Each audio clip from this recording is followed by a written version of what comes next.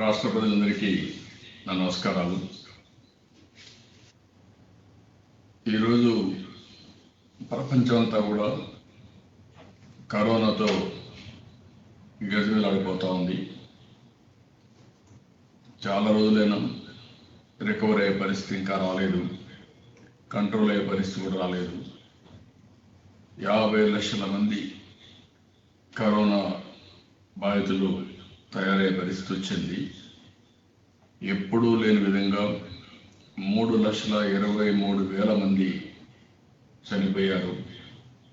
అమెరికాలో అన్ని దేశాల కంటే ఎక్కువ మంది చనిపోవడం, ఒక అభివృద్ధి చెందిన దేశంలో ఇప్పటికే 1 లక్ష మంది చనిపోయి దగ్గర 16 లక్షల మందికి ఈ కరోనా వైరస్ పాజిటివ్ వచ్చే పరిస్థితి వచ్చింది. మన దేశంలో 1 లక్షకు క్రాస్ అయ్యాం 64 రోజుల్లో. ఆంధ్ర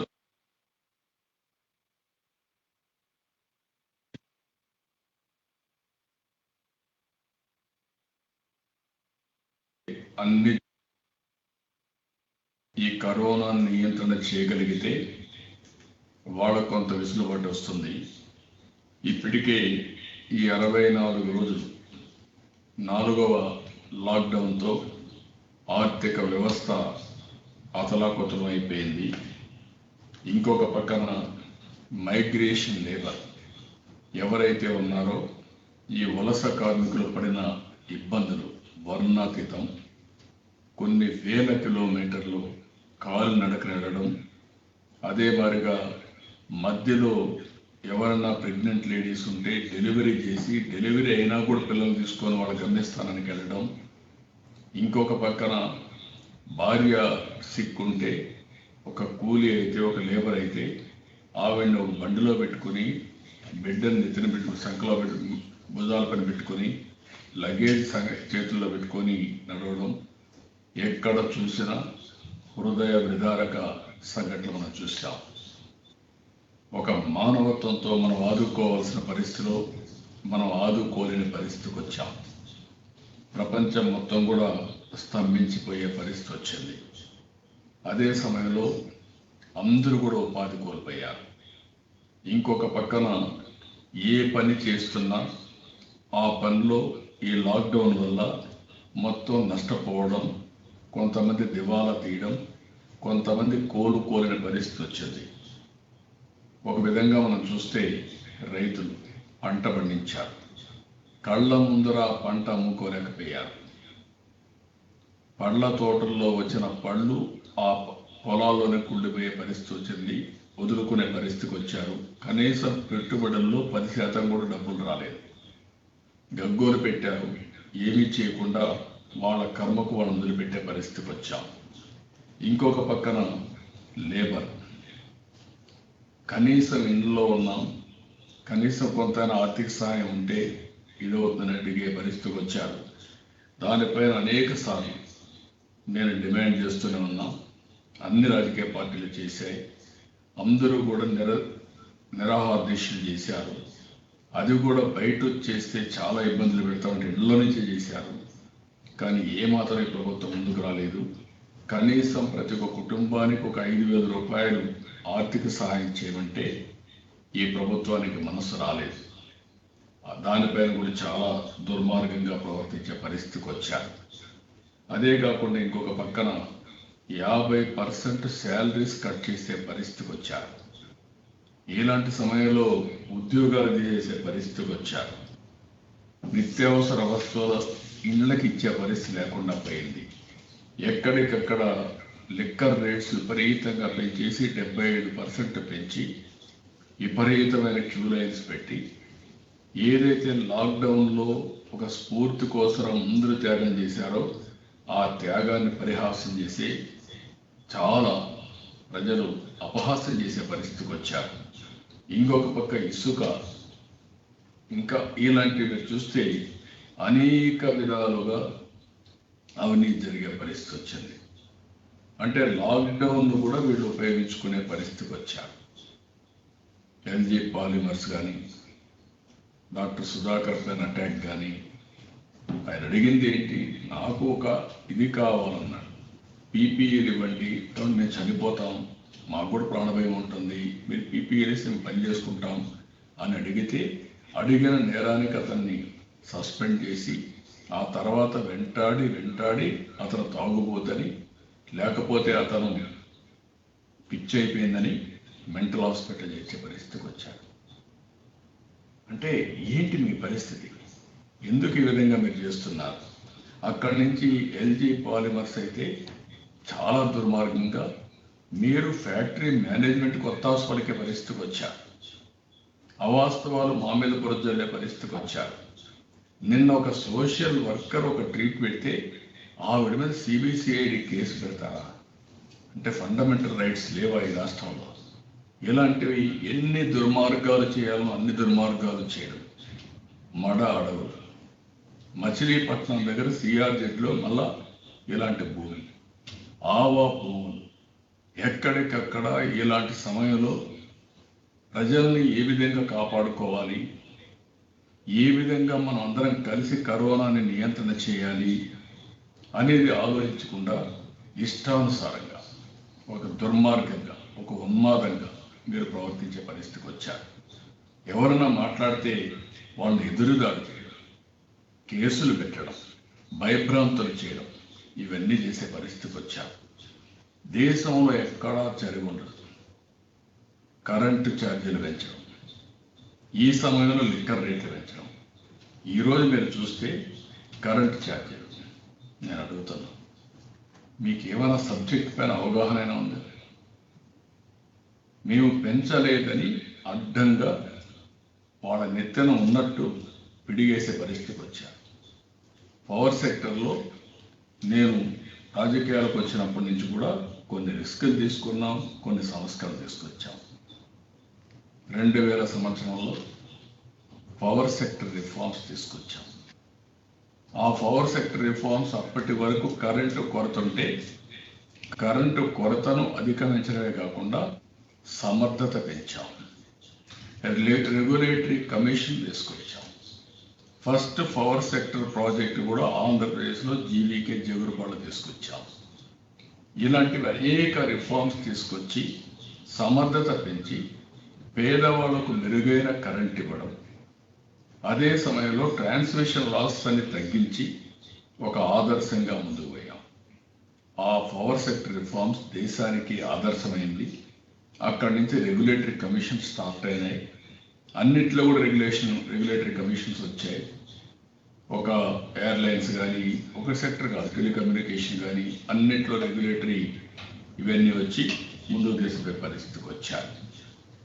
2014 మళ్ళీ నేను ముఖ్యమంత్రి అయ్యే లోపల ఇవన్నీ కూడా స్ఫూర్తికి తూట్లు ముడిచారు. అనేక ఇబ్బందులు క్రియేట్ చేశారు. దాంతో 2014 వస్తాను 22.5 మిలియన్ యూనిట్లు కొరత. నేను వస్తానే ఇమ్మీడియట్గా 2 నెలల్లో విద్యుత్ కొరత అధిగమించాం.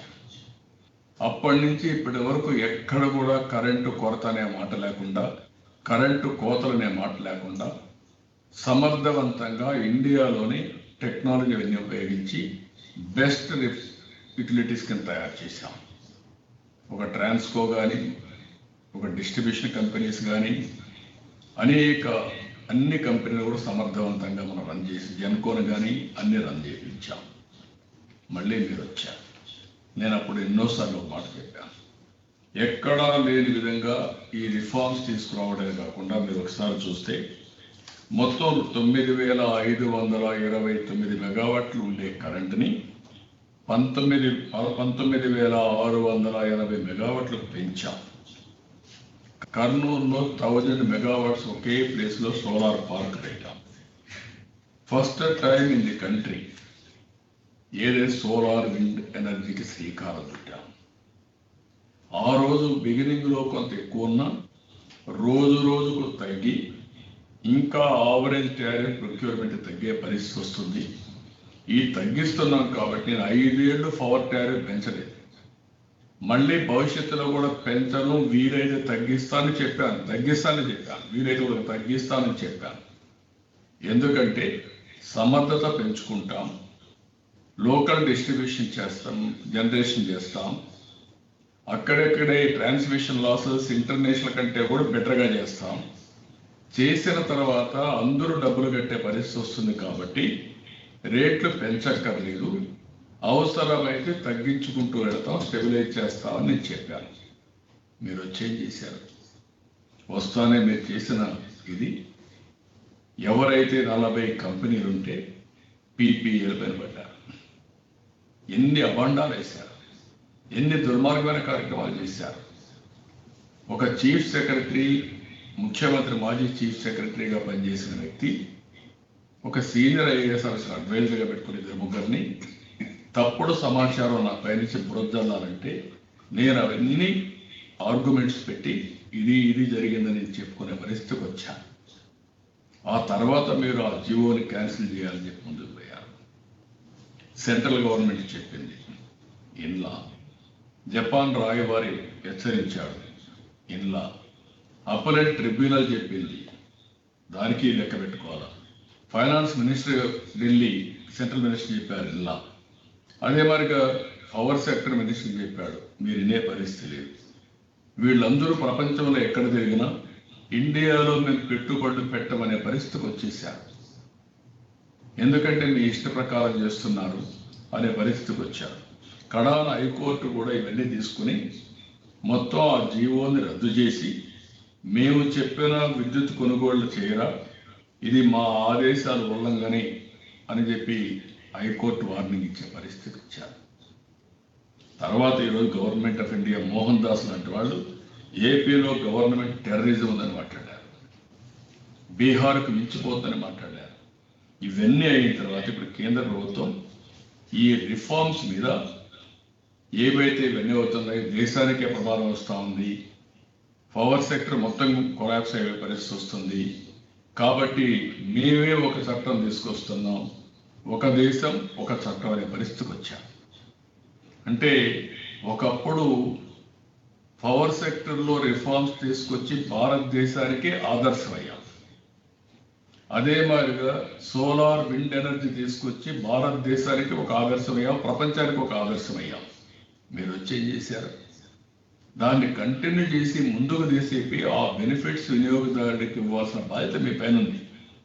అది లేకుండా వాళ్ళ మీద దాడి చేయడం, ఆ కోర్టు ఇచ్చిన లెక్క చేయకుండా పోవడం, రాష్ట్ర ప్రభుత్వం యొక్క విశ్వసనీయత పోగొట్టడం, ఇవన్నీ చేసి చాలా దారుణంగా చేసి ఒక డెస్ట్రక్టివ్ మోడల్ మీ దెబ్బతో ఈరోజు దేశంలో మొత్తం పవర్ సెక్టర్ సెంట్రల్ గవర్నమెంట్ తీసుకునే పరిస్థితి, అంటే నేషనల్ లెవెల్లో మేము చేస్తాం లేకపోతే ఇండస్ట్రీ రాదు అని మొత్తం కూడా ఇవన్నీ రెగ్యులేటరీ కమిషన్ ద్వారా చేపిస్తాం అనే పరిస్థితికి వచ్చారు.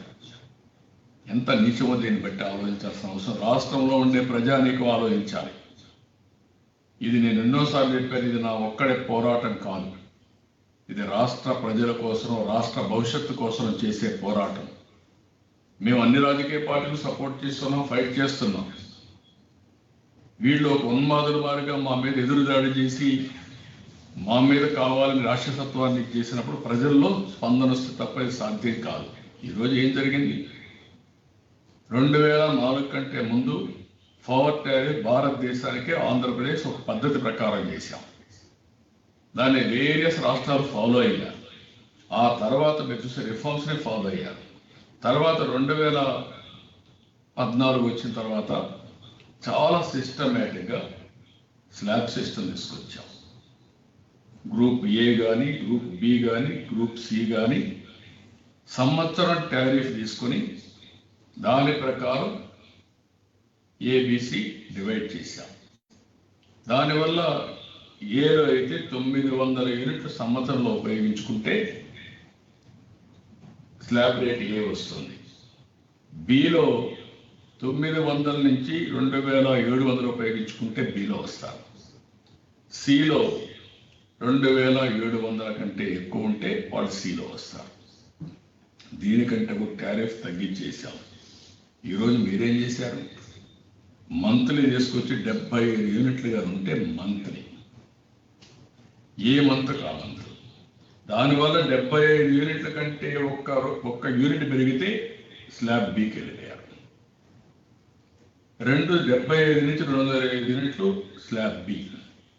అక్కడి నుంచి ఒక యూనిట్ పెరిగితే స్లాబ్ సికి తీసుకెళ్ళారు. దీనివల్ల జరిగినటువంటి అనర్థాలు మీరు చూస్తే మీరు సమాధానం చెప్పాలి, ప్రజలకు అపాలజీ చెప్పాల్సిన అవసరం ఉంది. మీరు చెప్పినట్టన్నీ తప్పుడు పనులు. మేము రేట్లు పెంచలేదని మీరు చెప్పారు. మీరు అసత్యాలు చెప్పడం, అబద్ధాలు చెప్పడంలో మీరు సిద్ధహస్తులు. మీకు ప్రభుత్వానికి విశ్వసనీయత లేదు. ఇది ప్రభుత్వ డాక్యుమెంటు, ఇది ఒక ప్రభుత్వం, మనకు ఒక విశ్వసనీయత ఉంది, ఇది పర్మనెంట్గా ఉంటుంది అనే ఇంగిత జ్ఞానం కూడా లేకుండా మాట్లాడేస్తున్నారు. మేము రేట్లే పెంచలేదు అని మాట్లాడుతూ 500 యూనిట్ల కంటే ఎక్కువ ఉంటే ₹9.05 నుంచి ₹9.95 చేసామని మాట్లాడతారా? నేను అడుగుతున్నా, మీ విధానం వల్ల ఈ ఏబిసి కేటగరైజేషన్లో మీరు లోపభూయిష్టంగా తెచ్చిన విధానం వల్ల, మంత్లీ మీరు వేసిన టారిఫ్ వల్ల ఈరోజు ఏలో ఉండేవాడు బీలోకి వస్తే ₹1.45 నుంచి ₹2.60 అయిపోతుంది. అంటే ₹1.45 కట్టేవాడు ₹2.60 కట్టాలి. అదే బి నుంచి సికి వస్తే ₹3.35 కట్టేవాడు ఇప్పుడు ₹3.60 నుంచి ₹5.60 వెళ్ళిపోతాడు. ₹2 పెరిగిపోతా ఉంది. ఇంకో పక్కన సి నుంచి 300 యూనిట్లు ఎంత వాడినంత ముందు ₹7.75 ఉంటే ఈరోజు మీరు 3 స్లాబ్లు తీసుకొచ్చారంట. మళ్ళా మొదటిది 300, 400 యూనిట్లు ఉంటే ₹7.95, 400, 500 ఉంటే ₹8.30, 500 పైన ఉంటే ₹9.95. దీంతో విపరీతమైన రేట్లు పడిపోయే పరిస్థితికి వచ్చారు. ఈరోజు మనం చూస్తూ ఉంటే మళ్ళా కనిష్ట కన్జ్యూమర్ ఛార్జెస్ అని ₹55 పెంచేశారు. ఒక ఎగ్జాంపుల్స్ ఇస్తున్నా. కొన్ని ₹200 బిల్లు వచ్చే వృద్ధురాలికి 2 నెలలకు ₹3,404 వచ్చింది. గుంటూరు సంపత్ నగర్ శివాలయం పక్క వీధిలో ఒక గుడిసెలో ఒక ఫ్యాను, ఒక ట్యూబ్ ఉంటుంది. ఆ ఉల్లి మాణిక్యమ్మ ₹200 వచ్చేది కరెంటు బిల్లు. ఇప్పుడు ఏప్రిల్తో కలిపితే 3,424 బిల్లు వచ్చింది. అంటే ఒక ట్యూబ్ లైట్కి, ఒక ఫ్యాన్కి 2 నెలల్లో ₹3,204 కట్టే పరిస్థితికి వచ్చారు. ఇంకో పక్కన ముద్దనూరు బేల్దేరి మేస్త్రి, ఇప్పటికే ఉపాధి లేదు, ఇసుక లేదు, పని లేదు, కన్స్ట్రక్షన్ లేదు, లాక్డౌన్లో అసలే బయట వచ్చే పరిస్థితి కూడా లేదు. అలాంటి అతను నిరుపేద మునికృష్ణ ఇంట్లో ఒక బల్బ్ మాత్రమే ఉంది, అది కూడా తిరగని ఫ్యాన్. ఇప్పుడు ఎవడు ఫ్యాన్ వేయడం? ఫ్యాన్ కోటేస్తే భవిష్యత్తు ఉంటుందని చెప్పి ఇప్పుడు కరెంటు షాక్తో ఫ్యాన్లు కూడా దిగిపోయే పరిస్థితి లేదు. ఒక అతను మొన్న సోషల్ మీడియాలో పెట్టాడు, ఈ ఫ్యాన్ గిరగిర దిగుతుందన్నావు, ఇంక తిరగదని చెప్పే పరిస్థితికి వచ్చాడు. అక్కడి నుంచి చూస్తే అతనికి చూస్తే దగ్గర పగిలిపోయిన టీవీ కూడా ఉందని. ₹150 బిల్లు వచ్చే మన కృష్ణకు ఒకేసారి ₹10,680 వేసారు. మంత్రి మాట్లాడతారు బుగ్గన, బాల్యని మాట్లాడతారు కన్సర్న్ మినిస్టర్. మీకు అవగాహన ఉందా? సబ్జెక్ట్ తెలుసా మీకు? ఇష్టం వచ్చినట్టు నోరు ఉందని నోరు బారేసుకుంటే అవాస్తవాలు వాస్తవాలు అయిపోవు, ప్రజల కష్టాలు తీరవు.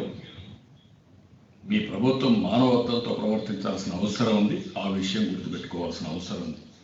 తిరుపతిలో ఒకరికి 2 నెలలకు ₹2,502 వచ్చింది. అతను అంత మునుపు ₹450 కట్టారు. ఇప్పుడు ఇది 531 యూనిట్లు వేసి సి కేటగిరీలో పెట్టి మొత్తం అతనికి ₹2,542 బిల్లు వేసే పరిస్థితికి వచ్చారు. ఇంకొక పక్కన కళ్యాణ దుర్గంలో ఒక అతనికి ఇక్కడ చూస్తే 525 యూనిట్లు తేల్చి ₹2,522 బిల్లు వేసే పరిస్థితికి వచ్చారు. గత నెలలో ₹596 బిల్లు కట్టాడు. అంటే ఇప్పుడు అది కలిపి ₹1,906 కొత్త కట్టమన్నారు. కన్నా లక్షణాలను కూడా బాధ్యత పెట్టాడు. ₹11,521 కట్టేవాడికి ₹20,000 వచ్చింది. నిన్న బుండా ఉమామహేశ్వర చెప్పాను, మా విజయవాడ సెంట్రల్ ఎమ్మెల్యే, ఆయన మాట్లాడుతూ ₹9,000 ఉండే బిల్లు ఇప్పుడు ₹50,000 వచ్చింది. నేను అడుగుతున్న ఇవన్నిటికీ మీరు కారణం కాదా అని అడుగుతున్నాను. మైనారిటీ ముస్లిమ్స్ ఈరోజు డెమాన్స్ట్రేషన్ చేస్తున్నారు. సామాన్య ప్రజలు రోడ్డు మీదకి వస్తున్నారు. లబో దిబోం అంటున్నారు. వాళ్ళు ఒకటే అడుగుతున్నారు, 2 నెలలుగా 64 నెలలుగా మాకు పనులు లేవు, ఇప్పుడు కూడా పనులు వస్తాయని నమ్మకం లేదు. 1000 కిలోమీటర్లు నడుచుకుంటూ వచ్చిన మైగ్రేషన్ లేబర్ ఈరోజు కరోనా ఎట్ట హ్యాండిల్ చేయాలని నువ్వు ఆలోచించడం లేదు. తప్పుడు లెక్కలు ఇచ్చి ఏదో ఒక మభ్య పెట్టి రాష్ట్రాన్ని భ్రష్టు పట్టించాలని మీరు ఆలోచిస్తున్నారు. నేను అడుగుతున్న ఇప్పటికే మీరు చూస్తే ఈ సంవత్సరంలో మీరు వస్తానే 50,000 కోట్ల రూపాయలు భారం వేశారు. కరెంట్ రేట్లు పెంచారు. ఉచిత ఇసుక ఇస్తే దాని మీద రేట్లు పెంచారు మీరు. ఇంకొక పక్కన ఆర్టీసీ రేట్లు పెంచారు. అదే మరి ఇంకొక పక్కన అన్ని మద్యం రేట్లు పెంచారు. మద్యం రేట్లు ఒక్కటే 30,000 కోట్ల రూపాయలు పెంచారు. ఎక్కడా జరగలేదు. దీనివల్ల అనారోగ్యం వచ్చే పరిస్థితి వచ్చింది. ఆరోగ్యం మొత్తం కుదేలైపోయే పరిస్థితి వచ్చింది. దగ్గర ఒకేసారి 75% పెంచారు. అంతకుముందు కూడా పెంచారు. అది కూడా నాసి రకం బ్రాండ్, పనికి మాలిన బ్రాండ్. మీ డబ్బుల కోసరం, మీ కక్కుర్తి కోసరం రాష్ట్ర ప్రజల ఆరోగ్యాన్ని తాకట్టు వేయడం, దీంతో ఇలిసిట్ లిక్కర్ రావడం, సారా తయారు చేయడం, వేరే రాష్ట్రాల నుంచి రావడం ఎప్పుడన్నా వచ్చాయి. ఇవన్నీ ఎక్కడన్నా విన్నామో మనం? ఎప్పుడు జరగలేదు. ఇవన్నీ ఇష్టానుసారంగా చేసి వేరే రాష్ట్రాల నుంచి వచ్చే పరిస్థితికి వచ్చాయి. ఈరోజు కేంద్ర ప్రభుత్వం డిస్కాముల్ని బెయిల్అవుట్ చేయడానికి మేము డబ్బులు ఇస్తామని కూడా ముందుకు వచ్చారు. అలాంటి సమయంలో మీకు ఇంకొక పక్కన 3 నుంచి 5% FRBM ఎన్హాన్స్మెంట్ ఇచ్చారు. దాంతో మీకు 50,000 కోట్లు వస్తుందని చెప్పి ఇప్పుడు ఇస్తున్నారు. ఏమడిగారండి? 3 నెలలు కరెంట్ ఛార్జీలు వెయివర్ చేయమన్నారు. అది చేయలేరా మీరు? ఇష్ట ప్రకారం రేట్లు పెంచి ఎదురుదాడి చేస్తారా మీరు? ఎవరైనా రోడ్డు మీదకి వచ్చి వారిగా వచ్చిన బిల్లు ఉంటే వాళ్ళ మీద కేసులు పెడతారా మీరు? ఇది ప్రజాస్వామ్యం అనేది అంటే ఏమనుకుంటున్నారు మీరు? నేను అందుకనే ప్రజలందరికీ విజ్ఞప్తి చేస్తున్నాను. ఈరోజు మేము డిమాండ్ చేసేది, ఈ లాక్డౌన్ ఉన్నంత వరకు, మళ్ళీ ఎకనామిక్ యాక్టివిటీ వచ్చే వరకు ఈ 3 నెలల్లో అటు ఇటైనా కరెంటు బిల్లులు పూర్తిగా రద్దు చేయండి. ఉపాధి లేదు, సంపాదన లేదు, కడుపు నింపుకోవడం కూడా కష్టంగా ఉంది. అలాంటి కష్ట సమయంలో మీరు ప్రజల జీవితాలతో ఆడుకుంటే అది సబబు కాదు. ప్రభుత్వం అనేది పేదవాళ్ళ కన్నీళ్లు తుడవాలి తప్ప పేదవాళ్ళ కన్నీళ్లు పెట్టించేది ప్రభుత్వమే కాదు. ఈరోజు కష్టకాలంలో ఎప్పుడూ లేనంత కష్టకాలంలోకి వచ్చా. ఎప్పుడూ లేనటువంటి ఇబ్బందులు ఉన్నాయి. ఒక పక్క ఆర్థిక ఇబ్బందులు, ఇంకొక పక్క ఇంట్లోనే ఉండి ఏం చేయాలో తెలియకుండా ఇంకా ఏమవుతున్న ఆవేదన, సైకలాజికల్గా ప్రతి ఒక్కరిలో స్ట్రెస్ వచ్చి అనారోగ్య సమస్యలు వచ్చే పరిస్థితికి వస్తూ ఉంది. అలాంటి సమయంలో మానవతా దృక్పథంతో నిన్న కూడా ముఖ్యమంత్రి అంటాడు, ఇది తగ్గదు, అందరికీ వస్తుందేమో రాష్ట్రం అంతా అని. అంటే అందరికీ కరోనా రప్పించాలనుకుంటున్నారు మీరు? ఎందుకు మీరు ముఖ్యమంత్రిగా జాగ్రత్తలు తీసుకోలేరా మీరు? ఫస్ట్ డే నేను చెప్పాను, ఈ కరోనా ప్రమాదం మీరు ఆలోచించుకోండి, జాగ్రత్తగా హ్యాండిల్ చేయండి, ఇప్పుడే జాగ్రత్త పడండి, క్వారంటైన్ సెంటర్స్ పెట్టండి, వచ్చిన వాళ్ళు 14 days పెట్టి ఎక్కడ ఒక కేసు కూడా రాకుండా చేస్తే మనం సురక్షితంగా ఉంటాం. అంటే మీరు ఎక్కడ పెట్టారు? కంటైన్మెంట్ జోన్స్ పెట్టమన్నాం, ఎక్కడ పెట్టారు మీరు? గవర్నమెంట్ ఆఫ్ ఇండియా జోన్స్ పెడితే అవి కూడా సరిగా అమలు చేయకుండా మీరు ఇష్ట ప్రకారం చేసి దాచిపెట్టాలని ప్రయత్నం చేసి రాష్ట్రాన్ని భ్రష్టు పట్టించే పరిస్థితికి వచ్చారు. ఈ కరోనా సమయంలో మీరు ఆడుకుంటారు ఆ రాష్ట్ర ప్రజానీకంతో.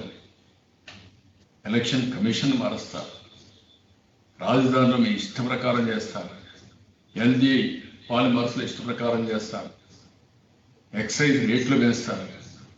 ఇప్పుడు ఎక్కడ చూసినా దోపిడీ, ఇండ్ల పేరుతో, ఇండ్ల జాగా పేరుతో దోపిడీ, దాంట్లో ల్యాండ్ ఎక్విజిషన్ పేరుతో దోపిడీ. ఇవన్నీ చేసి ఈరోజు మళ్ళా పేదవాళ్ళ పైన పిడుగులు వేస్తారా మీరు? చాలా దుర్మార్గం. ఇది మంచి పద్ధతి కాదు. మా మీద కావాలని మేము చెప్పాం. మడాడోళ్ళ మీద ఏంటండి?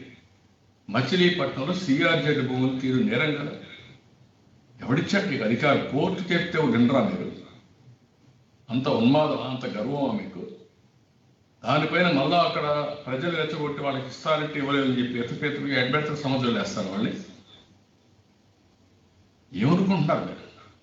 ఎవరన్నా మాట్లాడితే వాళ్ళ మీద విరుచుపడిపోతారు. బూతులా ఫోన్లు చేస్తారా మీరు? ఎంత గర్వం, ఎంత ధైర్యం ఉండాలండి మీకు?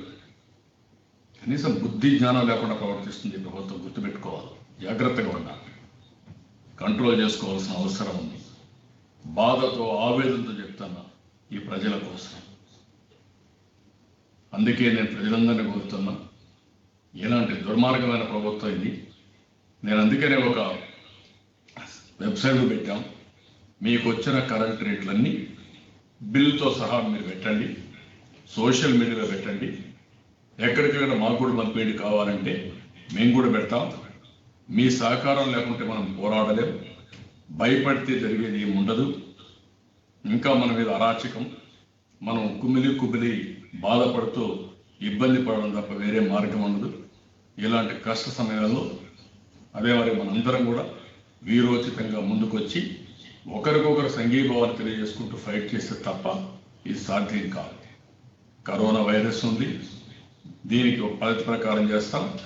వీళ్ళు పోతే కరోనా వైరస్ లేదు, వీళ్ళు పోతే లాక్డౌన్ ఉండదు, వేరే పార్టీలు పోతే లాక్డౌన్.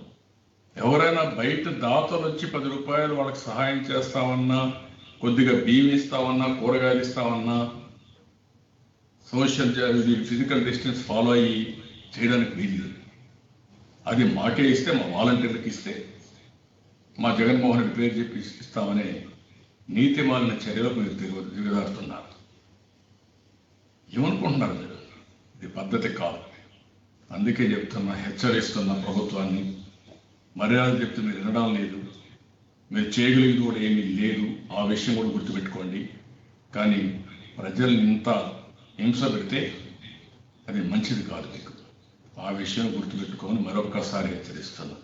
ఎవ్వరు చేయని తప్పుడు పనులు మీరు చేస్తున్నారు. ఎవరో చేయనటువంటి డిస్ట్రక్షన్ మీరు చేస్తున్నారు ఈ రాష్ట్రానికి. ప్రజల జీవితాలతో భవిష్యత్తు ఆడుకుంటున్నారు. అది మంచిది కాదు. మీ చేతగానితనంతో ప్రజల మీద భారం మోపడం, ప్రజలను నాశనం చేయడం మంచి పద్ధతి కాదని మరొకసారి హెచ్చరిస్తున్నాం. ఎప్పుడన్నా ఒక సంక్షోభం ఉంటే ఆ సంక్షోభంలో మీరేం ఆలోచించాలండి? మడాడులు మీకేయడమా? ఆవా భూముల పేర్లతో కోట్లు కొట్టేయడమా? మచిలీపట్నం దగ్గర అవినీతికి పాల్పడడం, సిఆర్జెడ్లోకి పోయి, లేకపోతే ల్యాండ్ ఎక్విజిషన్ ఇష్టానుసారంగా చేసేయడమా? ఏంటివన్నీ? ఎల్జీ పాలిమర్స్ ఏంటి మీ పని? ఈ విధంగా మొత్తం కడాన లిడ్ క్యాప్కు నేను భూమి ఇస్తే ఆ భూమి కూడా అమ్ముకుంటారంట వీళ్ళు.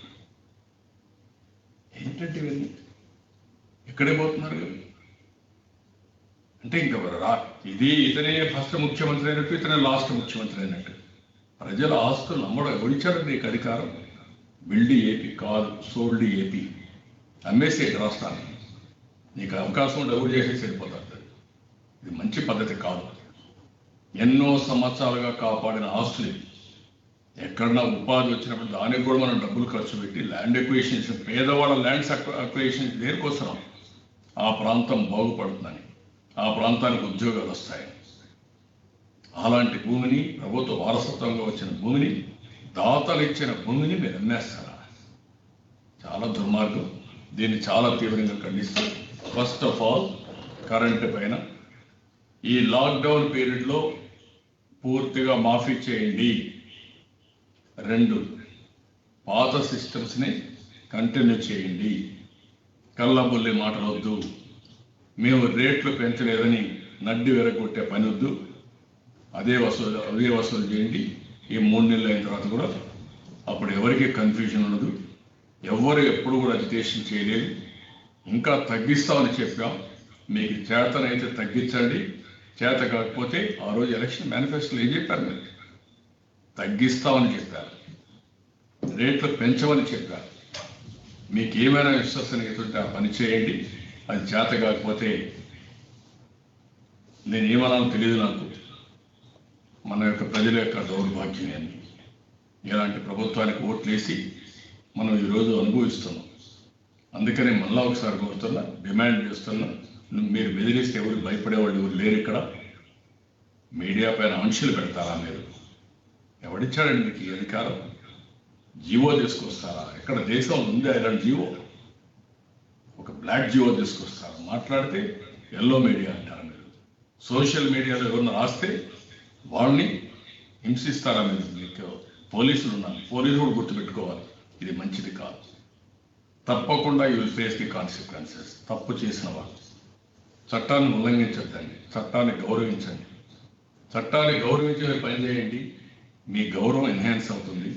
చట్టాన్ని ఉల్లంఘిస్తే మేము కూడా ఏ విధంగా చేయాలో గట్టిగా పోరాడతాం, ఏ త్యాగానికైనా సిద్ధంగా ఉంటాం. భయపడే సమస్య లేదు. అది పోలీసు వ్యవస్థ కూడా చాలాసార్లు చెప్పాను. మీ రాజీ వల్ల, మీరు చేసిన తప్పుల వల్ల మీరు ప్రజల ముందర అపహాస్యం అయిపోతున్నారు. రాబోయే రోజుల్లో మీరు అసహ్యపడతారు. వద్దని మన కరోనా వైరస్ మీరు బ్రహ్మాండంగా కంట్రోల్ చేశారు, కష్టపడ్డారు. ఏమైంది? ముఖ్యమంత్రి తిక్క సమాచారంతో ఒక్క రోజులో లిక్కర్ షాపులు ఓపెన్ చేసి కడాల మీరువి అంత మునుపంతా కూడా ఎవరు రోడ్డు మీదకి రావద్దని చెప్పిన మీరు ఆ రోజు పోయి క్యూ మెయింటైన్ చేసే పరిస్థితికి వచ్చారు. టీచర్ని లిక్కర్ షాప్ క్యూలో పెడతారండి? పిల్లలకు చదువు చెప్పవలసిన టీచర్ని లిక్కర్ షాప్ దగ్గర నిలబెట్టి క్యూలో మెయింటైన్ చేయమంటారా? మీకు బుద్ధుందా? మీకు మళ్ళా మాకు తెలియదంటారా? మీరు ఒక టీచర్ బాధపడుతూ చెప్పాడు, ఆవేదనతో చెప్పాడు. కనీసం ఎక్కడ బ్యాంకు దగ్గర క్యూలో నిలబడతాం కానీ అలాంటి క్యూ ఆర్గనైజ్ చేస్తాం కానీ ఇక్కడ ఉంటే నామోషిగా ఉంది, రేపు ఎట్ట చదువు చెప్తాం అని బాధపడ్డాడు. ఒక చదువు చెప్పే ఉపాధ్యాయుడు తల్లి తండ్రి తర్వాత మనం గౌరవించేది ఉపాధ్యాయుడిని, టీచర్ని మనం గుర్తుపెట్టుకునే టీచర్. అలాంటి టీచర్ వృత్తిని మీరు అవమానిస్తారా? లేదు. ఇవన్నీ కూడా చాలా తీవ్రంగా ఖండిస్తున్నా, గ్రహిస్తున్నా. మంచిది కాదు. ఇలాంటి చేసి ఇంకా మీరు చులకన భావం వచ్చి ప్రజల్లో రియాక్షన్ వచ్చి మిమ్మల్ని అసహించుకునే పరిస్థితి వస్తుంది.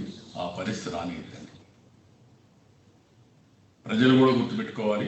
ప్రజలందరినీ కోరుతున్నా, అధైర్యపడుతూ రాష్ట్రాన్ని పూర్తిగా సర్వనాశనం చేయ మునిపే మనం కూడా మేలుకుంటే కొంతవరకైనా మనం పరిరక్షించుకునే అవకాశం ఉంటుంది.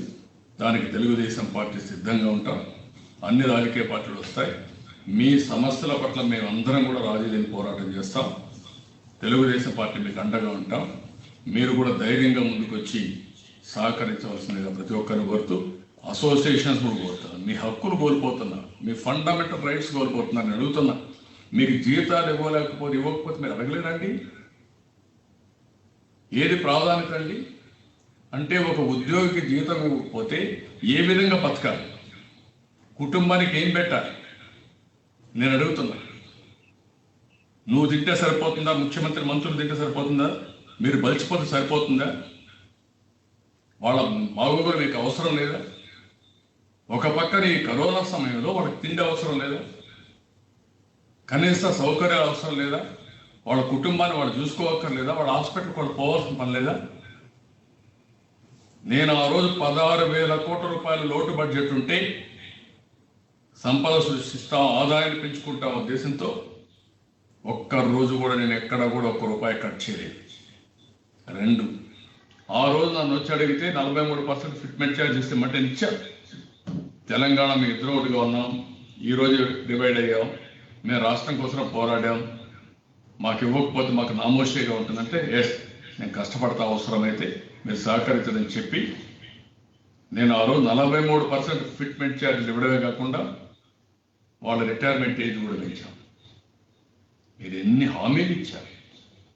నెలలో చేస్తాం, 2 నెలల్లో చేస్తాం, పొట్టగొడతాను. ఇప్పుడు వచ్చి ఆర్టీసీని విలీనం చేశామంటూ 6,700 మందిని ఉద్యోగాలను దిగేశారు. ఇది చాలా దుర్మార్గమైన కార్యక్రమం. అడిగిన వాళ్ళందరూ భయపడుతున్నారు. ఎందుకంటే ఏం పెడతారంటే వాళ్ళ భయం వాళ్ళకు ఉంటుంది. నేను కాదను, కానీ సామాన్య ప్రజానికం కూడా బతకాలి, సామాన్య ఉద్యోగులు బతకాలి. వాళ్ళకు అండగా ఉంటాం, అన్ని విధాలా వాళ్ళకి రక్షణగా ఉంటాం. టీవీ5 రాకేష్ గారు మీరు మాట్లాడగలరు. Good afternoon sir. చెప్పండి. నమస్కారం సార్, గతంలో ఏడాది వినియోగం ఆధారంగా స్లాబ్ రేట్లు ఉండేవి, కానీ ఇప్పుడు నెల వినియోగం ఆధారంగా స్లాబ్ రేట్లు ఇస్తున్నారు. ప్రధానంగా మంత్రులు 500 యూనిట్లు దాటిన వాళ్ళకే ఎక్కువ కరెంటు బిల్లులు ఇచ్చామంటున్నారు. కానీ విజయవాడలో కానివచ్చు, రాష్ట్ర వ్యాప్తంగా పేదవాళ్ళకు కూడా ఈ కరెంటు బిల్లులు భారం పడింది. అయితే గతంలో మీరు ఆ విధంగా చేస్తే ఇప్పుడున్న ప్రభుత్వం ఈ విధంగా స్లాబ్ రేట్లని నెల ఆధారంగానే బేస్ చేసుకొని ఇస్తుంది కరెంట్ బిల్స్. నేను అందుకనే చెప్పింది, ఏమి చేయకర్లా మీరు పాతదే పెట్టండి, ఈ 3 నెలలు కరెంటు ఛార్జీలు రద్దు చేయండి. మీరు మాయ మాట్లాడొద్దు, కళ్ళబొల్లి మాట్లాడొద్దు, ముసలి కన్నీళ్లు కార్చొద్దండి. ఎవరికి రాష్ట్రంలో ప్రజానికానికి మీకు తెలియదా? కొండే ప్రెస్కి మీకు తెలియదా? వాళ్ళని మోసే ఆ ప్రెస్కి తెలియదా? అవాస్తవాలు రాసే ప్రెస్కి తెలియదా మీకు ఎంత అవుతుందని? కాబట్టి ప్రతి ఒక్కరు గుర్తుపెట్టుకోవాలి, వినియోగదారుడు అందరికీ అర్థమవుతుంది. ప్రతి ఒక్కరూ ఈరోజు బాధపడుతున్నారు, ఆవేదన ఎక్స్ప్రెస్ చేస్తున్నారు, ఎక్కడికక్కడ డిమాండ్ చేస్తున్నారు. కాబట్టి ఇమ్మీడియట్గా పాత సిస్టమ్కి వెళ్ళండి, మీరు రేట్లు పెంచద్దండి. అదే మరి 3 నెలలు మాత్రం రద్దు చేయండి. దీని మీదనే రేపు మా పార్టీ వాళ్ళు అన్ని ప్రాంతాల్లో నిరాహార దీక్ష చేస్తున్నారు, ఉదయం నుంచి సాయంత్రం వరకు. కొంతమంది దీని మీద ప్రొటెస్ట్ చేస్తామంటే అరెస్టులు చేస్తారు. ఎన్ని రోజులు అరెస్ట్ చేస్తారని మీరు? శాశ్వతంగా మిమ్మల్ని అరెస్ట్ చేసే పరిస్థితి వస్తుంది. ఆ విషయం గుర్తుపెట్టుకోండి. మీరు ఎక్కువ రోజులు మీ అరాచకాలు సాగవు.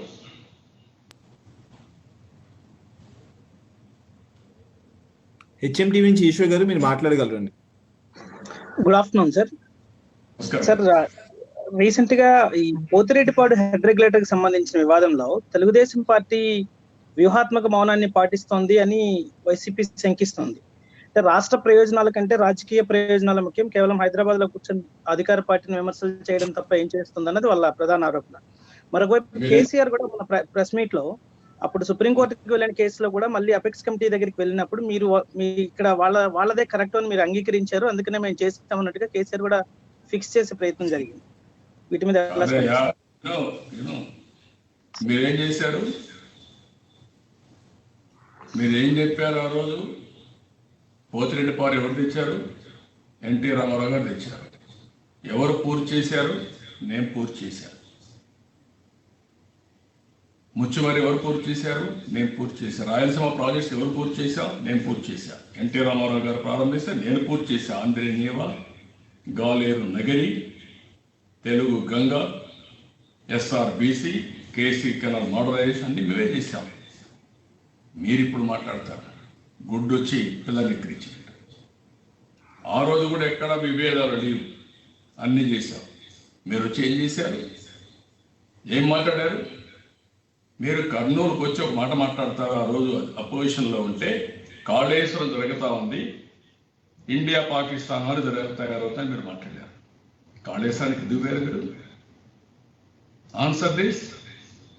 మీరిద్దరు కలిసి పనిచేయలేదా? తొలి రోజే మీరు ఆఫీస్కి ఇవ్వలేదు తెలంగాణ ప్రభుత్వానికి? మీరేమైనా అడిగారా? ఇవన్నీ చేయకుండా ఇప్పుడు మా మీద మీరు నెప్పవేయడం ఏంటి? నీళ్లు రాయలసీమకు నీళ్ళు ఇచ్చింది ఎవరు? పట్టిసీమ తీసుకొచ్చింది ఎవరు అడుగుతాను నేను. పట్టిసీమ తీసుకొచ్చి కృష్ణా డెల్టాకు నీళ్లు ఇచ్చి, కృష్ణా డెల్టాలో వాడే నీళ్లు శ్రీశైలంలో పొదుపు చేసి, రాయలసీమ కెనాల్స్ అన్ని పూర్తి చేసి, ఆ నీళ్లు చివరి వరకు చిత్తూరు కుప్పం వరకు తీసుకుపోతే ఈ సంవత్సరం ఎందుకు నీళ్లు ఇవ్వలేదు? చిత్తూరుకి ఎందుకు నీళ్లు ఇవ్వలేదు? ఎందుకు అనంతపురం నీళ్లు ఇవ్వలేకపోయారు కాలంలో నీళ్లు తయారు చేస్తే?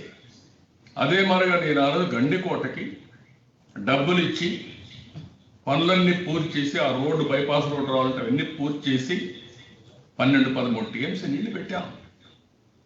25 టీఎంసీ నీళ్లు పెట్టచ్చు. ఎందుకు చేయలేకపోయారు మీరు? ఆల్ పెండింగ్ ప్రాజెక్ట్స్ అన్ని నాసిరకం కట్టారు వీళ్ళు. అప్పుడు ప్రాజెక్టులు అవన్నీ నీళ్లుని స్వీపేజ్ పోతుంటే అవన్నీ కూడా అరెస్ట్ చేశాం. ప్రాజెక్టులు మీరు పడుకున్నాం రాయలసీమలో, మొత్తం రాష్ట్రం అంతా పడుకున్నాం. అన్ని ప్రాజెక్టులు పూర్తి చేసి ఇంకా అది స్పీడ్ చేసి ఉంటే అన్నీ అయిపోయింది. ₹1 ఖర్చు పెట్టారా మీరు ఇప్పుడు ఈ 1 ఇయర్లో? ఎందుకు క్యాన్సిల్ చేశారు టెండర్లు? నేను క్యాన్సిల్ చేయలేదే. వీళ్ళ తండ్రి ఇచ్చిన టెండర్ని క్యాన్సిల్ చేయాలి. ఎందుకు?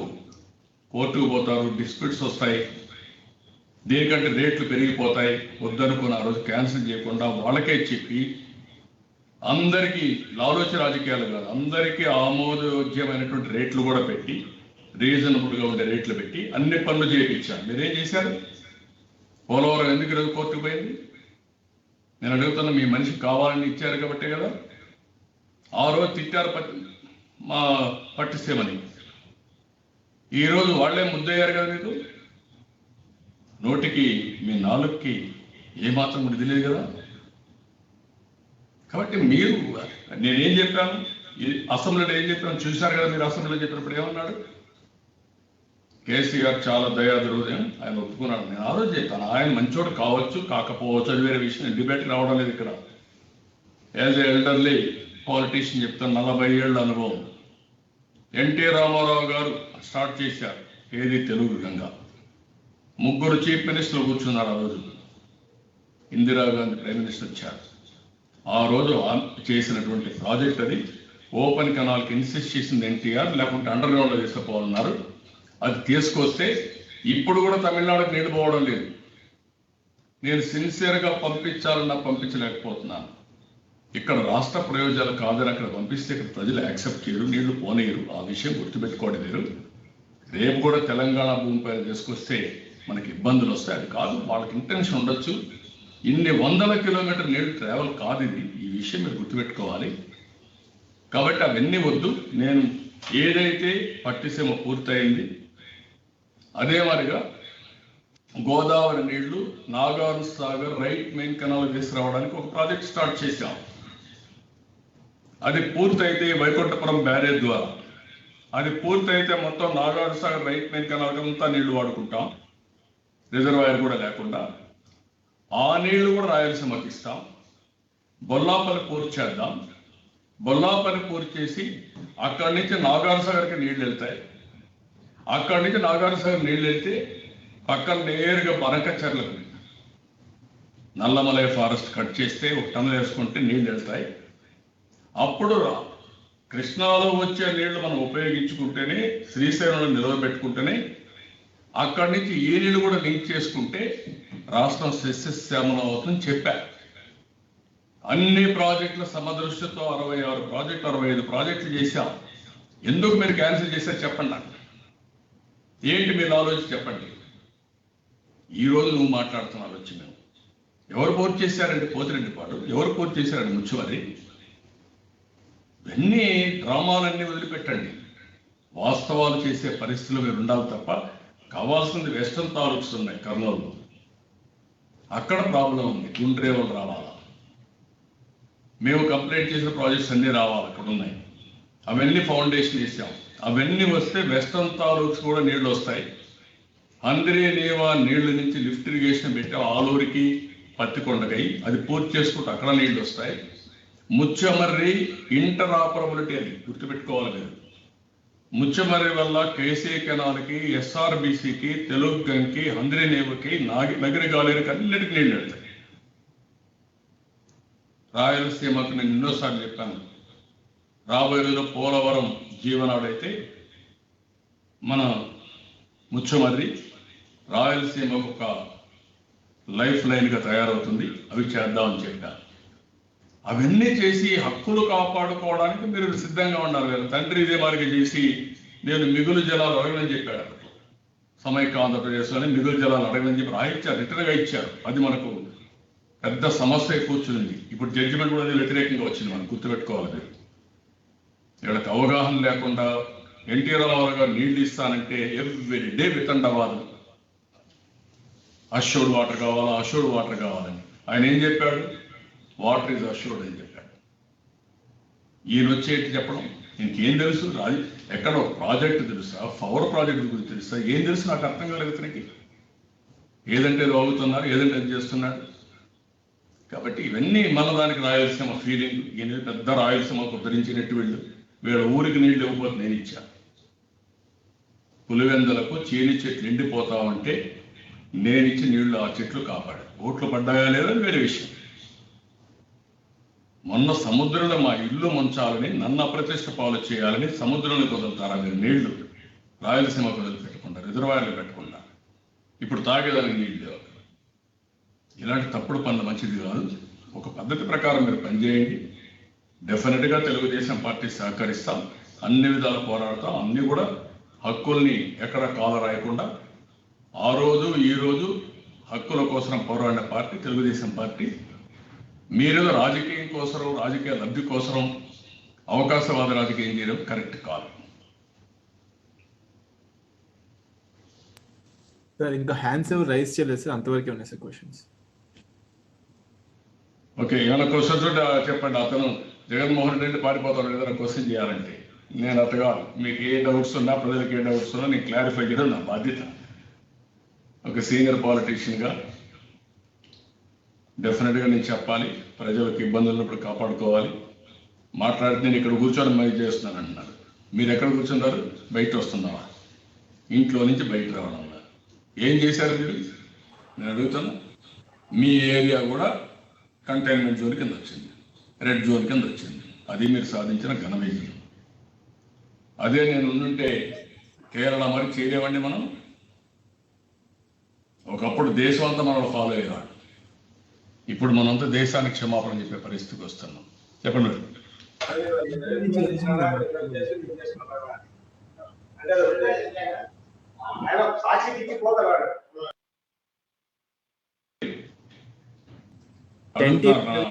మాట్లాడగలరండి సార్. నిన్న ఎల్జీ పాలిమర్స్ కంపెనీ విషయంలో మీరు కొన్ని ప్రశ్నలు రైజ్ చేశారు. దాంట్లో కిరణ్ కుమార్ రెడ్డి ప్రభుత్వం కావచ్చు, వైఎస్ ప్రభుత్వం 2 సార్లు కూడా 2 సార్లు ఏదైతే దానికి సంబంధించిన పొల్యూషన్ క్లియరెన్స్ వాళ్ళు ఇచ్చారని చెప్పారు. తెలుగుదేశం పార్టీ ఒక ఛాలెంజ్ చేయడం కూడా జరిగింది. మీరు చర్చకి సిద్ధంగా ఉన్నామని ఎట్లా చూడాలండి దీన్ని? ఇంకా ఏ అంశాలని పరిగణలోకి తీసుకోమంటారు? వీటిలో ఏ అంశాలు తీసుకోవక్కర్లేదు. నేను ఏదంటే వాస్తవాలన్నీ నేను పెట్టాను. ప్రాజెక్టు పెట్టింది ఎప్పుడో పెట్టారు. ఆ ప్రాజెక్ట్ వచ్చిన తర్వాత బ్రహ్మానంద రెడ్డి గారు ల్యాండ్ ఇస్తే ఆ సాక్షి, అది పేపర్ నాకు అర్థం కాదు. అదొక నీచమైన పేపర్. అది వాళ్ళకి జర్నలిజం లేదు, ఎథిక్స్ లేవు, ఏమీ లేవు. నేను ఇచ్చాను పెడతాను. బ్రహ్మానంద రెడ్డి గారు ఇచ్చిందా నేను ఇచ్చినా అని పెడతాను. అంటే కొంచెమైనా ఇంగిత జ్ఞానం అంటే బెటరు. సరే అయ్యింది. ఈయన వచ్చి ముఖ్యమంత్రిగా ప్రెస్ కాన్ఫరెన్స్ పెట్టి తెలుగుదేశం ఇచ్చారని చెప్తారు పర్మిషన్. అప్పుడు కూడా వాళ్ళు ఇచ్చింది పొల్యూషన్ కంట్రోల్ ఎవ్రీ ఇయర్ ఇవ్వాల్సింది ఇచ్చారు. 2 సార్లు 2 ప్రభుత్వాలు చేశాయి. అవన్నీ జరిగాయి. తర్వాత మేము వచ్చిన తర్వాత మా నోటీస్కి వస్తానే సుప్రీంకోర్టు ఒక డెసిషన్ ఇచ్చింది. సెంట్రల్ గవర్నమెంట్ పొల్యూషన్ కంట్రోల్ అవన్నీ కూడా కొంత ఎన్విరాన్మెంట్ డిపార్ట్మెంట్ కొన్ని మార్పులు చేర్పులు చేశారు. అవి కూడా పరిగణలో తీసుకొని వీళ్ళకి ఎక్స్పాన్షన్కి ఇవ్వలేదు. మీరు ఎందుకు ఇచ్చారు? ఎందుకు రికమెండ్ చేశారు? You answer that. మీది లాలొచ్చే కాదా? నేను డేట్స్ వారీగా, డాక్యుమెంట్ వారీగా పెట్టా. ముఖ్యమంత్రి గొప్ప నాయకుడు కదా, ప్రభుత్వం మీద కదా, మీ దగ్గర పక్కన ఆఫీసర్లు ఉన్నారు కదా. You release any document. ఎందుకు ఇలాంటి అసత్యాలు మాట్లాడతారు? ఎందుకు తప్పుడు సమాచారం చెప్పి బతకాలనుకుంటారు? పరమ నీచం. ఆ విషయం నువ్వు గుర్తుపెట్టుకోవాలి. అంటే వీళ్ళు ఇట్లా రాసుకొని తప్పుడు లెక్కలు రాసుకొని జైలు కూర్చొని వచ్చారు. ఆ రోజు కూడా సరిగా చేసుకొని ఉంటే ఈ పద్ధతి వచ్చేది కాదు. అన్ని దొంగ లెక్కలు రాయడం, దొంగ మాట మాట్లాడడం, ఇది మంచి పద్ధతి కాదు. చేసి కూడా ఆ రోజు ఏమైంది? ఇక్కడ చిన్నాన్న విషయంలో, లేకుంటే ఆ కోడికత్తి విషయం ఏమైంది? ఇప్పుడు ఎందుకు మాట్లాడడం లేదు? మీకు విశ్వసనీయత ఎక్కడ ఉందండి? నేను డెఫినెట్గా నేను చెప్తాను. I'm proud. 40 ఏళ్ళుగా ఉన్న ఒక పద్ధతి ప్రకారం ఉంటా. తప్పు చేయను. లీగల్గా, టెక్నికల్గా ఎవడేం చెప్పినా కూడా నేను ఒక పద్ధతి ప్రకారం ఉంటాను. ఈ దేశంలో రాజకీయాల్లో నీతి కావాలని కోరుకుని నేను 500 రూపాయలు 2000 రూపాయలు రద్దు చేయమని ప్రధానమంత్రికి రిక్వెస్ట్ చేశాను. ఎందుకంటే ఎందుకు డబ్బులు ఖర్చు పెట్టాలి? వేల కోట్ల రూపాయలు ఖర్చు పెట్టి లూటీ చేస్తారు రాష్ట్రాన్ని. ఇవన్నీ చాలా ఉన్నాయి. అందుకే నేను సవాలు వదిలిపెట్టాను. ప్రజలు అర్థం చేసుకోవాలి. ఇక్కడ ధైర్యం ఉంటే మాట్లాడదామండి. నేను చెప్పిన విషయాలు డిబేట్కి రమ్మనండి. దొంగ సాకులు వద్దు, తప్పుడు పనులు వద్దు. ఊరికే నోరుంది కదా, అధికారం ఉంది కదా, పోలీసులు ఉన్నారు కదా, పోస్టింగ్లు కోసం కేసులు పెడతారంటే పెట్టించడం కాదు కావాల్సింది. అది కూడా జరగదు. ఒక స్టేజ్ రీచ్ అయినాక మీకు అసహించుకుంటారు. మిమ్మల్ని మామూలుగా అసహించుకోరు. చరిత్రహీనులుగా మిగిలిపోతారు. గుర్తుపెట్టుకోండి. నేను ప్రజలు వేరే ఇవ్వాల్సిన అవసరం ఒక కార్యకర్తలకు ఒక పార్టీలు వాళ్ళకే కాదు. కాబట్టి ప్రజలకు వేరే ఇవ్వాల్సిన చట్ట ఉల్లంఘన జరుగుతూ ఉంది, రాజ్యాంగ ఉల్లంఘన జరుగుతూ ఉంది. అదే మరి ఫండమెంటల్ రైట్స్ వైలేట్ చేస్తున్నారు. అవన్నీ కూడా బిగ్గర్ ఇష్యూస్, అవన్నీ కూడా రైజ్ చేస్తున్నారు. ఇప్పటి నుంచి జగన్మోహన్ రెడ్డి చట్టం లేదు, వీళ్ళ తాత ఎవరో పెట్టి రాజ్యాంగం లేదు. ఇక్కడ రాజ్యాంగాన్ని అంబేద్కర్ రాశారు, దాని ప్రకారమే చట్టాలన్నీ రూపొందించుకుంటున్నాం. ఎవడు ఉల్లంఘించడానికి లేదు, ఎవరు చేయడానికి వీలు లేదు. హెచ్ఎంటీవీ విషయంలో మీరు మాట్లాడగలరండి. సార్ ఈ గతంలో సమస్య ఎక్కడున్నా మీరు ఎట్టి పరిస్థితుల్లో ఎలాంటి ప్రతికూల పరిస్థితులు ఉన్నా అటెండ్ అయ్యేవాళ్ళు, కానీ ఇప్పుడు ఆంధ్రప్రదేశ్కి రావడంలో కొంత డిలే అవుతుంది. వైజాగ్ ఎల్జీ పాలిమర్స్ కూడా విజిట్ చేయలేకపోయారు. అఫ్ కోర్స్ కారణాలు, ఖచ్చితమైన కారణాలు ఉండొచ్చు, కానీ ప్రజల్లో పర్సెప్షన్ బిల్డప్ ఒకటి కావట్లేదు. ఆ ప్రతిపక్షం తగిన రీతిలో ఫైట్ చేయటం లేదు అన్నది ఒకటి. నా మనసు అక్కడే ఉంది. నేను వస్తున్నా అక్కడికి. వీళ్ళు కావాలని ఎక్కడికక్కడ మేము మా వాళ్ళని మడాడవలకు పంపిస్తే అక్కడికి పోలేరు. కాకినాడలో ఆవాకు పంపిస్తే పంపేరు. ఎల్జీ పాలిమర్స్ పోతే అరెస్ట్ చేస్తారు. ఎక్కడికి పోతున్నారు? నేను రేపు వస్తున్నాను. నా మనసు అంతా అక్కడే ఉంది. కానీ వీళ్ళు చేసే విశాఖపట్నం నా మనసుకు దగ్గరుండే సిటీకి పోతాను రానియకుండా చేసి అరెస్ట్ చేశారు కదా. దాన్ని హైకోర్టు కూడా అక్షంతలు వేశారు కదా వీళ్ళని, డీజీపీని. ఎక్కడున్నారు వీళ్ళు? అంటే నాలాంటి వాడు 14 సంవత్సరాలు సీఎంగా ఉండి, 40 ఏళ్ళు రాజకీయంలో ఉండి, అనేక సందర్భాల్లో నేను అనేక విధాలుగా అనేక రిఫార్మ్స్ నాంది పలికిన వ్యక్తిని నన్నే నువ్వు వారికి చేస్తే మామూలు నువ్వు లెక్క పెట్టుకుంటావండి. సుధాకర్ రావు లాంటి వాడిని ఏంటంటే ఆ సుధాకర్ రావు చేసిన తప్పు మీరు కూడా ఏం మాట్లాడరు? నేను అడుగుతున్నా మిమ్మల్ని. ఈ రాష్ట్రానికి ఏం దౌర్భాగ్యం అంటే ఒక ఎస్సీ ఒక పీపీఈ ఇమ్మన్నాడు, ఒక మాస్క్ ఇవ్వండి అని అడిగాడు. తప్ప అది మాస్క్ ఇమ్మంటే వాడిని చేంజ్ చేస్తారా మీరు? కడాన ఎవ్రీ డే ఆ డీటెయిల్స్ చూస్తే ఆశ్చర్యం వేస్తుంది. వాడు కొడుకు మోటార్ బైక్ పెడితే దాన్ని ఎత్తుకొని పోతుందో, అక్కడి నుంచి పోలీస్ స్టేషన్కి పోతే నువ్వు డూప్లికేట్ కీ తీయమంటారంట. డూప్లికేట్ ఎన్ని రకరకాలుగా వస్తుంది. డూప్లికేట్ కీ తీస్తే దెన్ నువ్వు డూప్లికేట్ తీసేసి పోలీస్ స్టేషన్ నుండి వెహికల్ ఎత్తుకుని పోతాను కేసు పెడతారంట. అరే ఏంటి ఇవన్నీ? ఏ తండ్రికైనా బాధ ఉండదండి. నువ్వు అప్సెట్ కావా? నేను కొడతా ఉంటే నీ కొడుకుని భార్య చేస్తున్న అప్సెట్ కావా? నీ ఉద్యోగం చేస్తున్న అప్సెట్ కావా? ఏంటి ఉన్మాద రాష్ట్రం? ఏం ప్రజానికి ఏమైపోతున్నారు? That is what I'm asking now.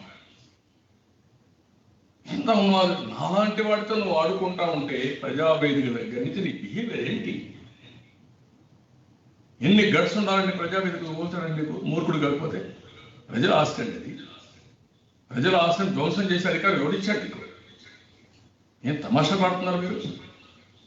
పద్ధతి లేని రాజకీయాలు. ఎన్ని జడ్జిమెంట్ ఇచ్చారు హైకోర్టు? ఏమైనా సిగ్గుందా మీకు? కాబట్టి ఇవన్నీ this is where I'm saying. నా మనసంతా అక్కడే ఉంది. డెఫినెట్గా నేను పోవాలి అక్కడికి. ఇది చేసే బిహేవియర్ కూడా ప్రజలు అర్థం చేసుకుంటున్నారు. ఎప్పుడు కూడా నేను క్రైసిస్ ఉంటే నేను ఎక్కడ ఉండను, అపోజిషన్లో ఉన్నా రూలింగ్లో ఉన్నా నా వర్క్ నేను చేస్తానే ఉన్నా. ఇప్పుడు కూడా 1,50,000 వీళ్ళు వద్దన్నా జరగకూడదన్నా ఎవ్రీడే నేను కాల్ ఇచ్చాను మా వాళ్ళందరికీ. నేను ఐఎమ్ ప్రౌడ్ టు సే మా వాళ్ళు చాలా వరకు బాగా చేస్తున్నారు, ఇంకా చేస్తారు. బయట రానియకుండా ఉంటే ఇండ్ల దగ్గరనే దీక్షలు చేస్తున్నారండి. రోడ్డు మీదకి వస్తే ఇంట్లోకి వచ్చి కేసులు పెట్టారు. బోండా పైన ఇంట్లోకి వచ్చి. ఏంటిది? ప్రజలు కూడా గుర్తుపెట్టుకోవాలి. మా మీదుగా దాడిది, ప్రజలపైన దాడి, మీ హక్కులపైన దాడి, మీ భవిష్యత్తు పైన దాడి. ఆ విషయం మీరు గుర్తుపెట్టుకోవాలి. Okay, thank you. ఇంకెవరు హ్యాండ్ రైజ్ చేసలేదు సార్ అంతవరకు. ఓకే అండి, థ్యాంక్ యూ. అందరికీ ప్రజలందరికీ కూడా మళ్ళా ఒకసారి విజ్ఞప్తి చేస్తున్నా, మీరు కూడా ఆలోచించండి. ఏ ఒక్కరో వస్తే వాళ్ళు ఒక్కరిదే సమస్య కాదు. ఈరోజు రంగనాయకమ్మ పెట్టింది ఆవిడ ఓన్ సమస్య కాదు. ఎల్జీ పాలిమర్స్లో అన్యాయం జరిగితే ఆవిడ మాట్లాడితే ఆవిడని ఈరోజు కేసు పెట్టే పరిస్థితి వచ్చారు. కాబట్టి మీరు కూడా ఆలోచించాలి. ప్రతి ఒక్కరి సమస్య, రాష్ట్ర సమస్య, మనందరి సమస్య. అందరూ సంఘటితంగా ఎక్కడికక్కడ మీరు చైతన్యవంతులు కావాలి, సంఘీభావాన్ని తెలియజేయాలి, పోరాటానికి కూడా ముందుకు రావాలి. అందరం కలిసి ఈ ప్రభుత్వాన్ని అందులో వీళ్ళు చేసే ప్రజా వ్యతిరేక కార్యక్రమాలు అడ్డుకోవాల్సిన అవసరం ఉంది. దానికి సహకరించవలసిందిగా మేము నాయకత్వం ఇస్తాం, ముందుంటాం. ఎట్లయితే కరోనాలో ఫ్రంట్ లైన్ వారియర్స్ గారుగా ఈ డాక్టర్స్, నర్సెస్, పోలీసులు వీళ్ళంతా ఎట్లా పనిచేశారో ఆ విధంగా మీ హక్కులు కాపాడడానికి, ప్రజాస్వామ్యాన్ని కాపాడడానికి తెలుగుదేశం పార్టీ ఫ్రంట్ లైన్లో ఉంటాం. వారియర్స్ మరిగా పోరాడతాం. మీరు కూడా పూర్తిగా సహకరించమని, మీరు కూడా భాగస్వాములు కమ్మని ప్రజలందరినీ కోరుకుంటున్నా. ధన్యవాదాలు.